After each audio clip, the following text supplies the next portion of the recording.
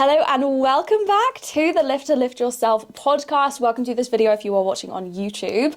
This is a very, very special episode because I am joined by one of my incredible clients, Emily. Now, we actually worked together one-to-one for a little while. And back in April, she joined my last 8-week challenge, the Strength Synthesis Challenge. And in that 8 weeks alone, I think she added something like 57.5 kilos to her total, completely fucking transformed the way that she viewed herself, how she showed up, who she was as a lifter. And since then has added so much more to that with her mindset, with her strength. And so I am bringing her live to you today for this episode because she is such a fucking inspiration. And there is so much from her journey that I know you guys will need to hear as well. Whether you are someone who has been in a similar position, whether you are someone who is on that cusp of knowing that there is something you want to push towards, a new leap in your strength journey that you need to take. She is such a powerhouse. And so I'm so excited to welcome her. Hi. Oh, thank you so much for joining today. I've been so excited to have this conversation. I was just saying to Emily before we actually started the episode that I posted her testimonial from the Strength Synthesis 8-week challenge to Instagram yesterday. And literally as I was editing it, I was tearing up. She did the most incredible testimonial when we were back at the Strong Her event as well, the live events that I've been running. And both of them were just so gorgeous. You just have such a way with words. So I'm so excited to have this conversation with you today. So let's set the scene, shall we? What I would love for you to do is to take us back to April. And I would love to go through that challenge, pressing the join button to reaching out to me. Where were you mentally, physically before the challenge? Oh God, right. So going back, it seems like ages ago because I think so much has happened since. But I mean, I'd been to the gym. I'd kind of, I had my corner of safety and I knew the machines I liked. And I considered myself very new, very basic, kind of weak, to be fair, when it comes to body strength and things. I'd never dabbled that much. It was just something I knew that I wanted to do, but I didn't know where to start. So I just didn't know where to start. So when I'd been following Beth for ages, and obviously I saw this come up, and I was like, right, this is something that I'm going to have to do. Initially, I was terrified of actually going forward with it because I realised to myself that I'd been going round in circles with kind of saying I really wanted to do something and get into the gym and go under that bar, seeing the bar from the other side of the gym and just never really knowing what to do. And it just made me realise that I've been going around in circles saying that I wanted to do this for ages and never actually taking the jump, never actually stepping into that part of the gym. And just with the little knowledge I had, to be fair, I felt scared to do it by myself because I didn't really have any friends that were into the gym or anything, so no one I felt like I could go with, and I felt like this was the perfect way to basically just get started, to be fair, just to see what could come from it. I love this. And this is such a big thing I think a lot of people experience. And I actually shared very, very recently on my story how when we almost get to certain levels in our, whether it is a strength journey, fitness journey in general, we almost expect that we're not going to have certain fears. And I think sometimes when we, the biggest fear initially is getting to the gym.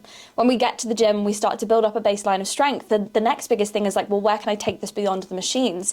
And it almost comes with this expectation that every time we overcome a fear, we think that there's not really going to be any others that come up, or we beat ourselves up because we're in that fear and we think that no one else could possibly understand, that no one else is going through it as well. And so I would love for you to talk us through a little bit more about what you were specifically scared of, about what you were worried about before you joined. So having that dream and seeing the barbell out the corner of your eyes, we all have, I'm sure, at some point and gone fucking hell, that would be so cool to do. But I know one of the biggest things that you kept repeating through the start of the challenge, and one thing that you mentioned a lot in your testimonial was, but it could never be me.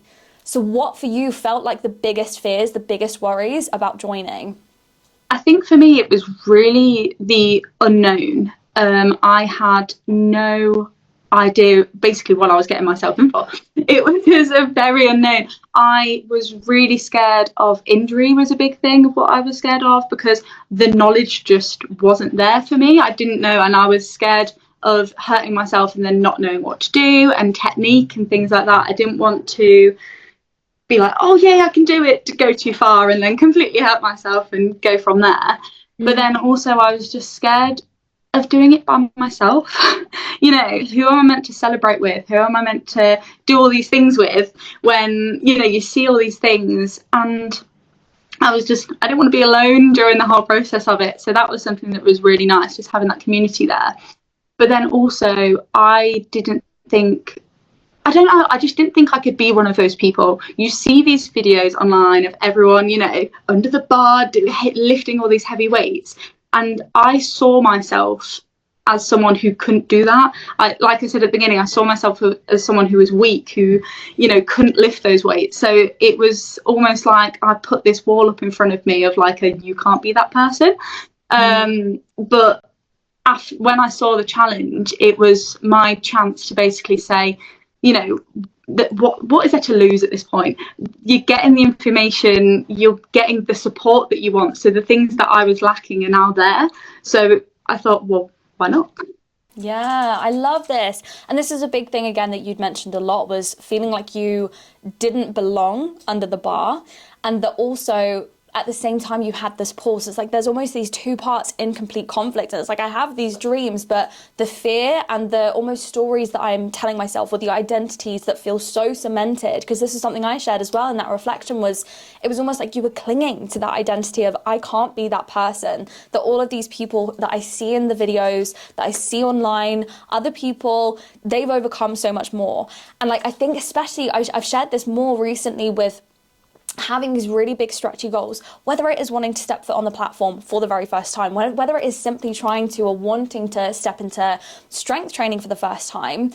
I think sometimes what happens is that we see these incredible lifters online, and because they have overcome so much, it's like there's this distance, and that their excitement, the wins that they've had, the totals that they built, the strength that they have now tops any fear that they have. And so it's almost like no one can possibly understand how I'm feeling right now. And I think it can feel very lonely. And like you said, not wanting to do this alone, therefore the community aspect of this challenge and having other people going through it was a huge pull for that. But what did it feel like in that moment to feel so alone, to know that you had these big goals, but there were so many blocks and fears coming up, but at the same time knowing that at some point something has to change or else this isn't going to happen for me?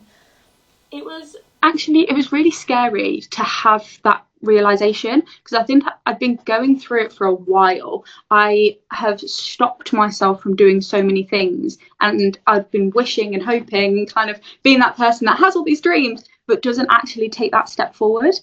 And it was actually really scary to realize that, you know, when you look back and it's, you know, a year's passed and I'm like, what have I done that I really wanted to do? Nothing, because I'm not actually taking that step forward. So I think that was the main thing, that I was terrified that, one, that was happening, but two, that might keep on happening. You know, I didn't want to keep on being the person who doesn't take the scary step, because, you know, what are you going to achieve from that? So yeah, it was scary. However, when it came to it, it was something that I knew I wanted. I'd seen it, and it was basically like, no, we need to do this now. This is the time.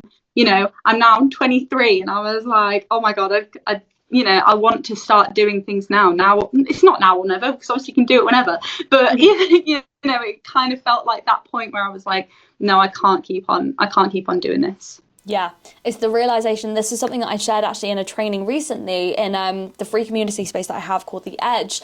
And I shared a training that I think was resonated with a lot of people. And that is the simple fact that you are either fighting for your fears or you're fighting for your power, and that you don't get to have both, but you do get to choose. And it sounds like that's the literal moment that you had, is suddenly having a big realization of like, fuck, for how long now have I been fighting for my fears instead of the things that I actually want, right? So it is a scary moment. It's a really vulnerable moment, because for a lot of people, it's always going to feel safer to stay in the comfort. Even if you have big dreams, it's more familiar, right? We know all of this about our subconscious, and I know that you know this from the work that you've done, that you will always protect the familiar. even if that familiar is stagnation, is procrastinating your goals, is plateauing in your strength, because it is what your body, what your brain, your subconscious knows, right? And so what for you in that moment shifted? Was it simply that realization of like, I cannot let this go on for myself anymore? I think during that moment, like before, I think I've learned a lot more since the challenge and, up until now. However, at that moment, it was a very big realization of I can't carry on doing this. I don't want to be this person anymore. I want to be the person that I've dreamt of. And yeah, I was not that person at that current moment in time. So yeah, that was my biggest thing. Amazing. And so what specific fears came up right before you said yes? You've had this realization that like, fuck, I can't carry on anymore. I know that I need to do this. What fears came up, but what also tipped you over the edge to go, yes, I'm doing this? There was a mixture of things. So obviously I was scared to, it's a bit of a scale really, because I was really scared to do it, but I was also scared to be stuck in that situation. So it was like two things were almost, fighting each other. I was scared to do it because I was scared of failing. I was scared of, taking this step and not being able to do it, whether it was, a lift that was programmed or whether I felt like everyone else in the challenge was so much better than me and had so much more experience. And I was that person who, I didn't want to be, I just didn't want to feel like I was alone during that moment. However, it was that those fears were nowhere near the fears that I was feeling about still being stuck and not changing. So it was really just that scale of what pick your fear. To be fair, pick it. Find which one is more scary to you. And for me, it was just being stagnated and not moving. So taking the jump was the best thing. The cost of inaction, right? Knowing that actually I can keep fighting for these fears and there's reasons not to do it, or, I can do it, and understanding that fucking hell, the cost of me not doing a single thing outweighs every single one of those fears that comes up. And that is such a huge pivot moment. And so looking back now, do you feel like that single step of going, no, I can fight for these fears or I can stay where I am. Either I can fight for these fears and stay where I am, or I can lean the fuck in, take the action and decide that I am so done with everything that I've been fighting for so far. And so looking back, do you feel like that act of simply like saying yes, stepping in, clicking that checkout button had already shifted something inside of you? Oh, 100%, because I feel it now all the time. I never ever used to be an action taker. I was very, let me just dream about all these things that I really want. Let me get really, really overwhelmed about them and then still not do anything. And now I am someone who really wants to take the actions.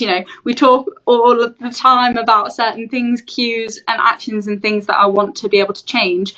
And I will now do them because I just know that it's something that can actually really change your life. Whereas, I was before, it really wasn't. So just seeing those two versions of myself now, person who sits there and gets really, don't get me wrong, still get overwhelmed and stressed, it happens.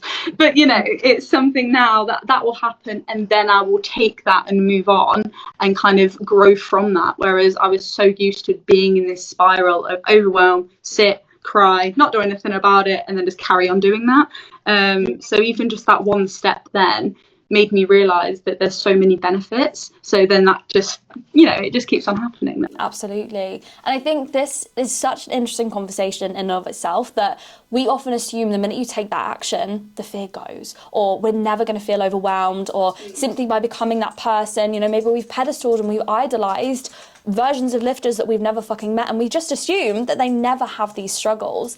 And you and I both know now from the work that we've done that you will progress so much faster, you will get so much stronger, you will feel so much more confident and fulfilled when you stop clinging to the idea or the expectation that you'll never have these experiences again, right? Because now you've seen this yourself, that overwhelm is sometimes something that will come up every now and again, but it's understanding that it's simply in the way that I deal with that, right? I can let it overwhelm me to the point of inaction, and then I can sit in front of that with all of the costs and all of the things that I haven't taken action for because of this overwhelm. Or I can accept, hey, I'm a fucking human. Like, congratulations, I'm a woman, and this is something that I go through every single month or every now and again that will come up. but it doesn't fucking define me. I can still feel the overwhelm and I can still take imperfect action. And we'll get onto this because I know this was a huge shift to you around the perfectionist and everything like that. You self-proclaimed perfectionist when you came into this challenge, and there has been so many shifts around this. But I love what you've said here around understanding that these are still human emotions and I will still feel them. And actually, I now make so much more progress. And I know that you know this, that I make so much more progress now by simply embracing those parts of me instead of demonizing them, right? Yeah, 100%. I used to think there was so much like things wrong with me, and just switching that from actually being someone who is human and has emotions has just changed it so much. Absolutely. Okay. So with all of this in mind, because I know that there was a lot inside the challenge that created these incredible pivot moments for you. And so I really want to get into each of these because there was some insane moments with your mindset, with your strength, with your technique, with just you as a person that has shifted inside of literally 8 weeks. And I know inside of like strength alone, as I said in the intro, like 57.5 odd kilos, I think, to your total. Like we went from benching just the bar to 37 kilos inside of those 8 weeks. You've added since then another like 10 plus kilos to that lift alone. Your squat blew up, your confidence around your deadlift blew up. Like it was such an insane shift. And so I would love for you to talk on a lot of the things and the biggest things that helped you to move forwards, to go from someone who had barely been around the barbell before to then having that significant of a skyrocket in your strength and your confidence. Well, there were so many things obviously a part of the challenge that kind of all came together to do that. So obviously, first of all, the programming itself. So just even having that, whereas I'm so used to going to the gym and not really knowing what I'm doing. I might have had a bit of a program, but I probably didn't really, understand much of it. But having that, just knowing that I could go into the gym with my days, I could tick off everything that was going on. Brilliant. One less thing to stress about, because obviously at that point I was stressing about absolutely everything. So it meant that, one less thing to kind of be out of my head, but also the fact that, if there was any changes or problems or anything that was going on, that, we could have a little chat and it'd be fine and we could kind of sort through that, which was really nice as well, because I knew that if I was having any problems and I couldn't do anything or whatever it was, I wasn't alone in that. I didn't have to just sit there and struggle, which was really nice. And then obviously the video feedback. I was terrified of filming myself in a gym. It was terrifying. However, the more times you do it, the more times I realized that I'm allowed to take up the space in the gym. I pay the same amount as everybody else there. I'm allowed to take up my space. Whereas, I don't have to sit in my little corner that I used to sit in and just kind of do whatever I felt comfortable with. I can, take that step and go. For one, I went over to the barbell section, which was insane, let alone to get my camera out and record myself. So that was mental. But then it also really helped because I remember the first time I sent in the feedback, I was obviously thinking about everything. I was thinking about what could go wrong. I was thinking of whatever it was, my hand position, everything that could be there. But obviously what really helped was the feedback and was the fact that the cue setting we did. So each week we would obviously go through it, but then you'd give me like one thing, maybe two if it was something small, but one main thing to kind of focus on that week. So that was really, really helpful because it meant that I could just focus on that. My overwhelming brain would try and think of everything, but at this time it was really nice because I could just focus on that one thing. Mm-hmm. And then it was nice because after so many weeks I could see obviously my strength going up, I could see my technique improving, I could see all of these things improving, and it wasn't because I went, oh my god, let's fix it all straight away. It was because we had those breakdowns. So that was really helpful. And I got used to filming, so now I film all the time, so that's helpful. Absolutely. Which is really nice. Yeah, exactly this. And like anyone that listens or watches my videos will also know one of the biggest things that I repeat is clarity breeds confidence. And I think this is such an epitome of this, because there was so much overwhelm. We know that, you know, cues and wanting to change this, wanting to change that, to a certain extent kind of becomes a safety blanket. It becomes a way for us to just be so in the tweaking and the changing this, because it feels like we're in control. The minute we're like, do you know what? My technique is at a point where I don't actually need to be changing this, tweaking this. I don't need more feedback. I get to just do, that shifts things, because suddenly you're stating my technique is good enough that I don't need feedback. And that means stepping into a different identity. And I think this is one of the biggest things that we started to work through around your technique, wasn't it? Like, I so vividly remember towards the end of the challenge, like particularly with your squat, one of the first messages that you'd sent me was like, well, I was trying to focus on this, and like I have a question around this and this and this and this. And there was so many things, and you could see that overwhelmed part of you being like, oh my God, I need to brain dump. Like, I have so much feedback that I need on. And I'm a Love and Shove coach, you know this. And I was very brutally honest with you, wasn't I? Of like, oh, okay, we need to strip all of this back, and like pointed out very directly, like, this is just that overwhelmed part coming in here, right? And I think there was maybe week 6 out of 8, I remember sending through your feedback and watching those squats, having literally spent 6 entire weeks of literally refining one little bit. Okay, cool, that's been integrated. Let's maybe give you one extra cue, or like think about it in a different way. Amazing, now that foundation is set. Here's one new thing now that we've got that part. We're spotting this come up, let's address that. And after about 6 weeks, I remember sending your feedback on your squats through and being like, Emily, holy shit, these are gorgeous. I actually don't have any feedback for you. All I want you to do this week is go and do the same thing. Double down on everything, because this is what we wanted to see. And I remember you coming back and being like, what do you mean I have no feedback? Yeah, is that thing? I'm like, what? What do you mean I can just do it? Sorry? Because obviously at this point, my confidence, well, to be fair, my confidence had grown a lot by this point anyway, but it was almost like what? You mean I can do it by myself now? You know, that was scary. But obviously the more we do it, the more my confidence is growing even more, and the more I realised that those weeks where there is no feedback are probably the most important ones, because it makes it. It really does. Absolutely. And this is where you've said as well, again, even in just the testimonial alone, to come from a point of, I don't believe in myself, I can never be that person, like other people can do it, just not me, to get to a point where you literally said in the testimonial, you're like, I'm good. And like realizing your potential is so insane. And this is where I think, again, those moments of, you know, not having feedback and being like, what do you mean?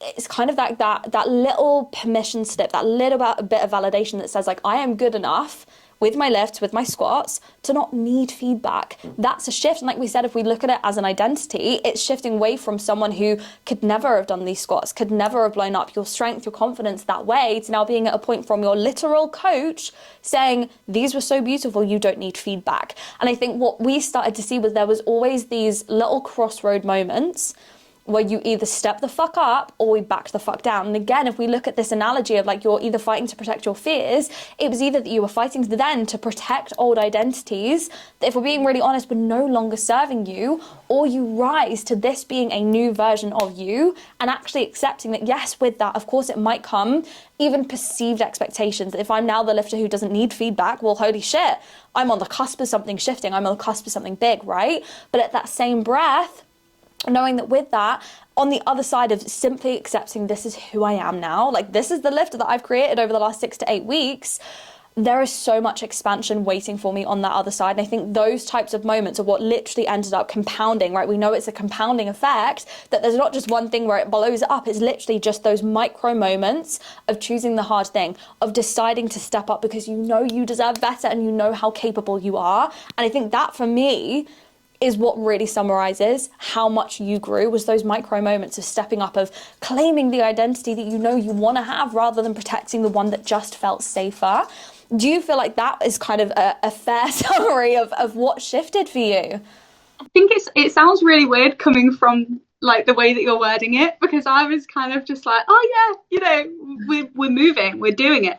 But then every single time it was almost like, so especially, I'm not sure if I mentioned yet, but the hot seat coaching, every single time I said to myself, well, I'm going to go with some questions and some things to talk about, because I was like, I want to take this and make sure that all the stuff that obviously you're giving to us, I'm taking advantage of. I am taking these moments and running with them. So I think those were the moments where I was asking these questions, where I was like, should I be feeling this way? How can I move on and things? And I think those were the bits where it just, every single week I was like, no, I really want to implement this. I really want to kind of push through this, because I think it helps as well, because I'm a really competitive person. So I really wanted to kind of smash this challenge. But it was really nice to be able to see myself kind of overcome these mini things, because I was so used to being someone, whereas I always looked at the bigger picture. I was always like, everything is up here, and I didn't see the steps in between. It was always this pedestaled kind of thing that I could never get to. So it was, if I failed once, I'd never be able to get there. So even being able to do these tiny little steps to just bring myself up, I can now see myself as a completely different person because of it. There's so many things. Obviously, some things were quite difficult to hear, to understand, to kind of go through. However, having those conversations and doing the things that I needed to do at that time have really, really helped. There are so many things now that I look back on and I'm like, oh my God, I can't believe I was that person. I can't believe that but then again, if I was my past self and I was looking at myself now, I'd probably go, oh my God, look at how far she's come, which is probably the only reason now that I'm like, oh my God, I wonder how far I can go. I wonder how far, now I can. So it's really nice to be able to kind of have that evidence under my belt now, whereas before I felt like I didn't have anything, but it was nice to do that hard thing anyway. So it just shows that I can. And it is really nice to be able to be like, yes, you can. Yeah, absolutely. And it is that moment of kind of going, okay, this is my chance to be able to build that evidence. And this is something, again, that you'd said inside of your testimonial on the video. It's so incredible. If you haven't watched it already, go and watch it, because one of the biggest things that you'd shared was around actually getting that proof. And I think I would love to know, in your experience, when we talk about confidence and we talk about building new identities, a lot of the time there is this big narrative around waiting for the evidence before you step into that identity. And this is something that I have spoken on a lot inside of the podcast. It was something we spoke through in many of the challenges we've done since, and especially inside of this one in the hot seat coaching sessions. So what for you do you think gave you the confidence and the conviction? Because conviction, as we know, is doing the thing regardless of the external evidence existing to show you that it's working, to validate you enough, right? And so it sounds like a lot of the time previously or prior to the challenge, there was this waiting for the evidence before you stepped into being that person, or before you did the thing, or before you accepted, what was possible for you. Whereas in this challenge, we flipped that on its head. And I know this is something I pushed you guys to do a lot, was owning the conviction enough to do the thing regardless of that evidence. And that, like you said, is what enabled you to start stacking that evidence. And it's this is a very paradoxical thing that we can wait for the evidence before we start building the evidence, or we can build it for ourselves, and then holy shit, we start to see insane momentum build. And that, I think, is also what allowed you to skyrocket your strength to the point that you did, right? That's now taken this so much further for you. So what did that experience feel like, of flipping the idea of conviction on its head and actually stepping into it without the evidence existing first, versus what you've maybe previously done? I think it was a big moment of, before I even did anything, it was a big moment of why can't it be me kind of thing. It was that moment where, I'd kind of realized that I was realizing how I was stopping myself. And then obviously I was like, well, why can't it be me? So we take those first steps, but then it just proved that taking those steps without knowing what's going to happen, the outcomes can be anything. It can be extraordinary, really. So it was just, it's insane to see and think back.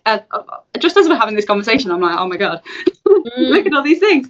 But it's really nice to kind of figure out, because I think at the time, the whole identity stuff, because I hadn't done that much work before, it was all quite new to me, all about, who you see yourself as and those kind of steps. Whereas now I'm like, oh God, yeah, I did jump up quite a few. I did keep on having to have these new identities. Whereas before, I always just saw myself as this, it's just me being here and just kind of getting on with it. But it's insane to have, just to look back and see what I did without the evidence, so that now, what else can I do without the evidence? How much more can I kind of jump forward? Because I clearly didn't need it then, when, to be quite honest, I wasn't in the bestest of places. Mentally, I was not. I was constantly really overwhelmed. I was crying all of the time. I was not a great person. I was stopping myself from doing everything. I was in a job that I hated. So it kind of just shows that in the worst moments, I still managed to do that. So what can I do now when I'm actually, I really am enjoying the person I'm becoming. I'm loving my job. I'm loving the people I've surrounded myself with. So with that, what can I do? There's all these things now where it's kind of like, oh yeah, you can do that. So it's a really, really nice shift to have, and just to be able to look back and actually see that is weird. To be fair, it is odd, because I've not really done it, and then you look back and you're like, oh yeah, that was only, when was it? April. Started in April. So it was only a few months ago, and to just see the jump that I've had from then, both mentally, physically, is just, it's incredible. The power of reflection, right? Literally this in and of itself. But there were two particular things that you'd raised there that I absolutely adore. And I think the first is understanding that the work we do inside of the challenges, inside of my spaces, whether you work with a coach, whether you don't, like, this will never ever simply stay contained to the gym.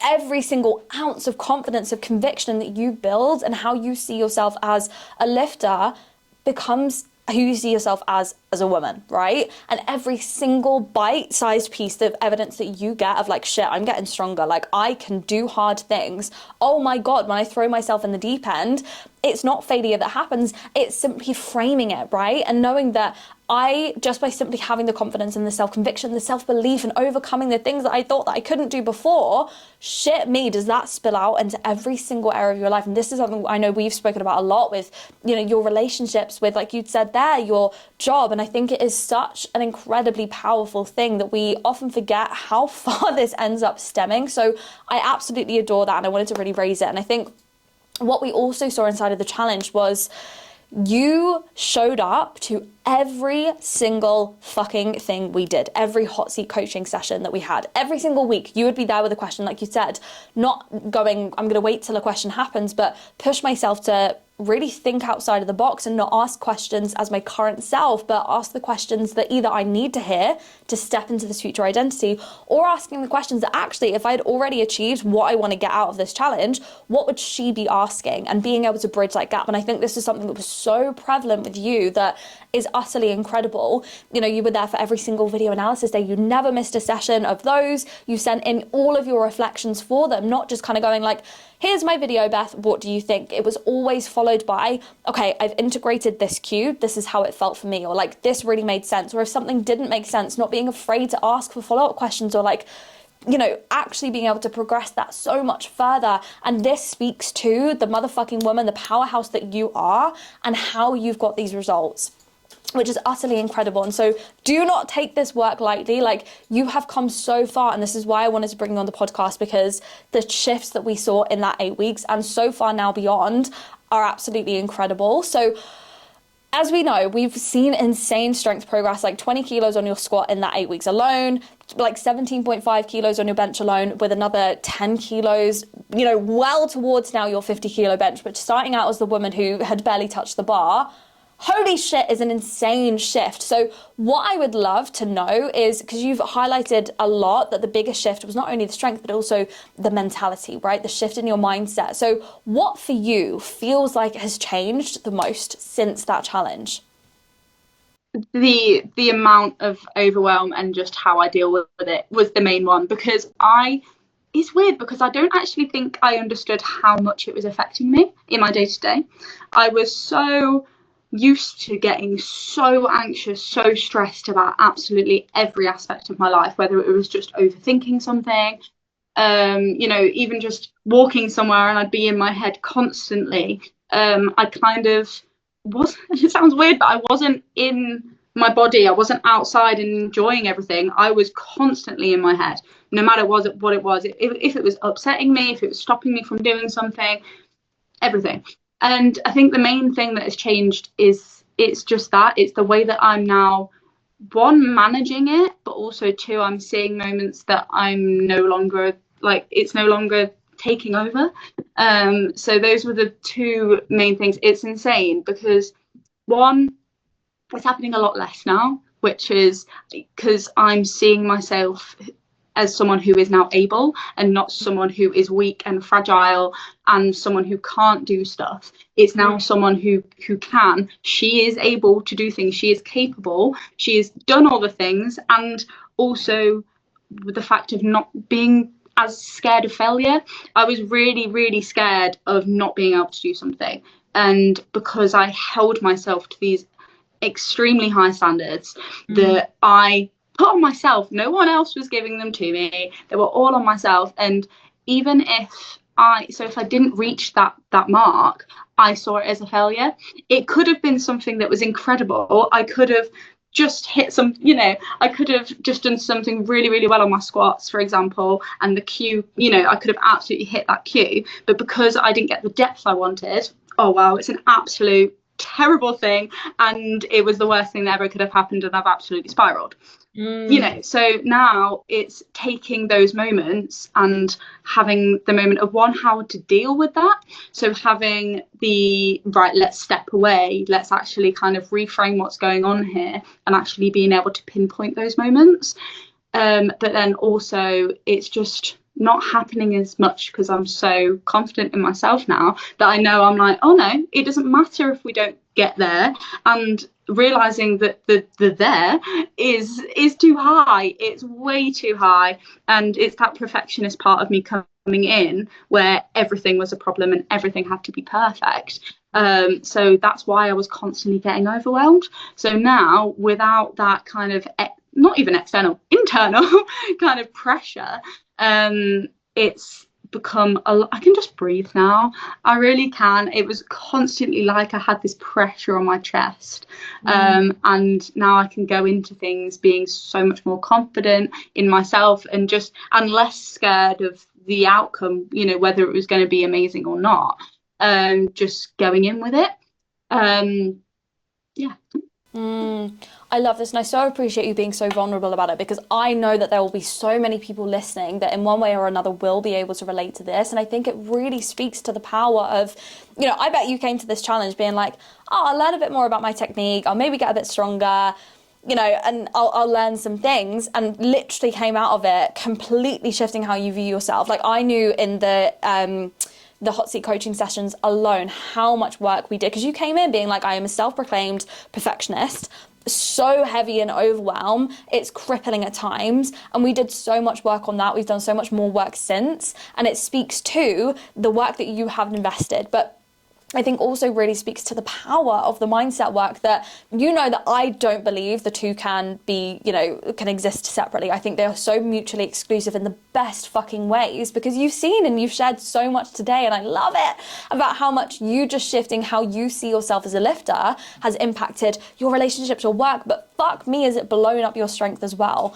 And the same the other way around, that we can spend all of the time on your technique, but if you are clinging to someone who doesn't belong at that bar, who will never ever push past just benching the bar, that's exactly where you are going to end up capping yourself. So this is such an incredible shift, and I adore how much you've been able to progress outside of just the programming aspects as well.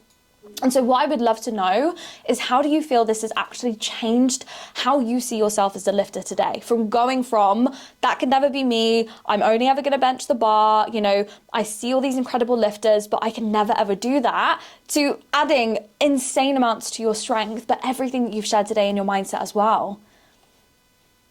It's actually insane to hear it, if that makes sense, because I generally never ever thought I would be able to get to a point of being so comfortable in a gym, for one, and also just not being terrified of the outcomes of things and not being terrified to just do something. So to have that feeling of just to have that jump, to be fair, is incredible. It really is, because it's something that I never thought that, like you said, that I never thought the two could really come hand in hand. I thought, oh, okay, I'll go to the gym, I'll learn some new stuff. This is what's happening. It'll be fine. And I've come out as a completely different person who now sees herself as someone. It sounds really bad, but someone of value, someone who actually means something, someone who can actually have an impact on other people, can have an impact on herself, and just someone who deserves to have everything put into her. So someone that actually, like, I deserve to be able to put that time aside for myself and work on myself and do all these things, because before I generally thought that I probably wasn't worth it, or I probably couldn't do those things. So at this point, it has made a massive shift, because I now know that, one, I can do those things, and it's just insane to think of how much I can go forward now, and just I'm not just constantly at the standstill, because there were moments in my life where I thought, oh my God, life is just never going to get better, and it's always going to stay at this point, because I can't do anything. I can't do this. I can't do that. And it was a very, I would always come up with excuses for anything, for reasons why I cannot do anything. But if you really pick things apart, it's yourself holding you back. And at the end of the day, it's the way you see things and the way that you respond to things. Obviously, there's some things in life you cannot, you cannot control, but you can control how it affects you and how you move forward from that. So it's taking that power back. I have my power back. I had given my power away, in past situations where I generally thought I was powerless and hopeless, and now I realise that I have that power back and I can do those things. I can do whatever I want. So yeah. Oh, I literally teared off a little while you're talking through that, because I'm sure you won't mind me saying, but one of the biggest shifts we've seen as well is this belief that I am not good enough. And I think this speaks so much to how that has shifted. And holy shit, like, this is not the woman that started with me 8 weeks ago inside this challenge, like, at all. And I think it's so insanely powerful, and I'm so glad this has given you the chance to fully reflect on it as well, because the shifts have been absolutely monumental, like absolutely monumental. So this is so incredible to hear. And I know that you've even said to me, like, maybe one day I would even like to compete, and fuck me, is that wild compared to, like I say, the lifter that started, who just did not believe that she belonged, that she would ever be able to get anywhere, that it just would never be her. So this is so incredible. I think actually is a really incredible note for us to end on. So I have just 2 more questions for you with all of this in mind. Now knowing that this is the version of you who exists, now fully believing that you are capable, that you are worthy, that holy shit, I can do hard things, I am that bitch. What excites you most about what's next for your lifting? Because I know that since then you've obviously signed up for me with 1-to-1, you were ready for more, you knew what, like, that's just scratched the surface. And I think this has really spoken to how much you know is possible for you. So I would love for you to tell us what you are so excited for next in your lifting journey, your strength journey. Tell us about what's next for you. Well, I think at the moment I am really just having fun. I am really just enjoying feeling this way, enjoying being in the gym, enjoying not being stressed out all the time. And it's that in itself is incredible. But then moving past that, I don't really know. It's one of those things where it's kind of like it could go anywhere. I want to get stronger. That is all I know. I want to be putting in the time to myself and work on both my strength, carry on working, on my mental states and all of this kind of things. And generally, I just want to go where excites me and go where I am enjoying myself, because at the end of the day, life is too short. Do the things that you enjoy, and generally it will just be, I know that at the moment I want to get stronger, so we will see where that takes us. Love. And this as well speaks so much to shifting that overwhelm, right? Because coming into the challenge, I should be doing this, and overthinking so much what your goal should be. And, you know, but if I want this, should I be doing this? And like so much overwhelm coming in there, shoulding yourself all the fucking time. So even just to be at a point where you're like, Beth, the world is my oyster is such an insane shift. Like, I absolutely adore this. And so if there is someone listening right now that maybe has felt so, you know, resonated so heavily with your story, with your journey, with all of the fears, the things that you've shared, and maybe they're on the fence about stepping into a challenge, maybe one that I'm running or a program themselves, doing their first competition, whatever it is, and they know they're like, oh, I can feel that I have been fighting for my fears. Emily is so incredible. What would you say to them directly? Maybe it's something that you needed to hear when you were in their boat, but what did they need to hear? I think, to be honest, there's going to be loads of people who are on the fence about something, you know, whether it's to get stronger, whether it's they want to, you know, go into their first comp, whether they want to get under the bar for the first time, whether they want to step into the gym for the first time. You know, there's going to be so many people who are so scared of doing it. And generally, the scariest part is that first step. As soon as you take that step, especially if it's with, you know, people like Beth, for example, especially if you have those people with you, it is so much easier once you get started. There are so many people that can support you if you feel alone, who can help you, you know, whether it's something, you know, you really want to refine your technique, or to be fair, you just want someone to celebrate it with. There are so many things that you can do. And, you know, I always thought that for me, on the best days, Beth will be the first person to celebrate with me. But on my shit days, she would also be the first person there to talk me through whatever it was that I needed to talk through. Whether it was, oh my God, I've just had a really crap day, let me just kind of, you know, talk through what's going on. Or whether it's something that I felt like I needed to kind of step through, you know, if there was something that I felt that we could actually do something about. So, you know, you were the first person there for all of it. So it's really nice to kind of just have that. So for anyone who is wanting to do something, take the step. That is the hardest part, and there will be people around you to support you on whatever day, good or bad. I love this so much. And this, I think, speaks so much to the community aspect as well. And this is why I adore running the challenges that I have done. We have another one coming up, which is the first comp project. Now, this is a 12-week program, and this is taking everything even fucking further. But this is, I think, the biggest things is having that fear of being lonely. That in and of itself is worth, I couldn't even put a price on it, right? Like having the people that are going through the exact same things. Like you said, so much of the narrative around no one will ever feel how I feel, and feeling so alone and so in your head, it's fucking scary. But I think, like you said, the biggest shift is simply knowing that I'm fighting for my fears, or I am fighting for my fucking vision, and we don't get to have it both ways. Of course, that first step is going to feel scary. It always will, no matter what you're doing your first competition, investing in yourself or coaching for the first time, looking at a program, a challenge, anything is going to feel scary.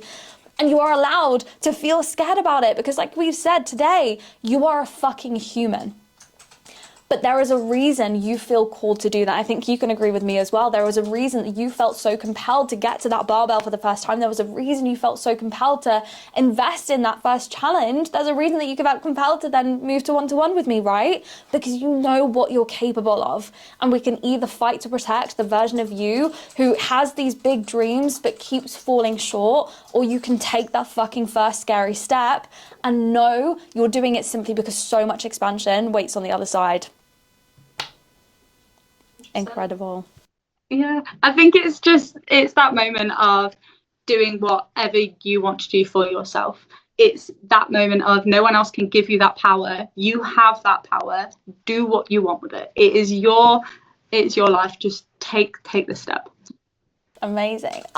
Thank you so much for joining us today. I know this has been an incredible point of reflection for you. I've got very emotional several times because of the shift that we've seen from you, and I am so proud of you. And I think this is a story that I wanted everyone to hear because of how much has changed, but also the level of self-leadership, of conviction, of ownership that you've had at every single stage of your journey. I've never been scared to show up to, you know, back down from a challenge, which is so incredible. And I think it speaks volumes to how much you've added to your strength. I mean, your bench alone, we've nearly more than doubled in a matter of like less than 6 months, which is insane. Your technique, your confidence, as I say, and who you see yourself as, which is just so incredible. So thank you so much for coming on.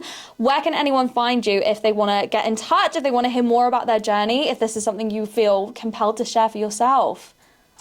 I am on Instagram. It's what is my Instagram? Emily Middleton. It'll be there. If anybody wants to talk to me, then that's absolutely fine. And yeah, I will be more than happy to have a chat. Amazing. You are such an inspiration. Thank you so much for joining me today. And thank you so much for everyone for listening. We will see you in the next episode.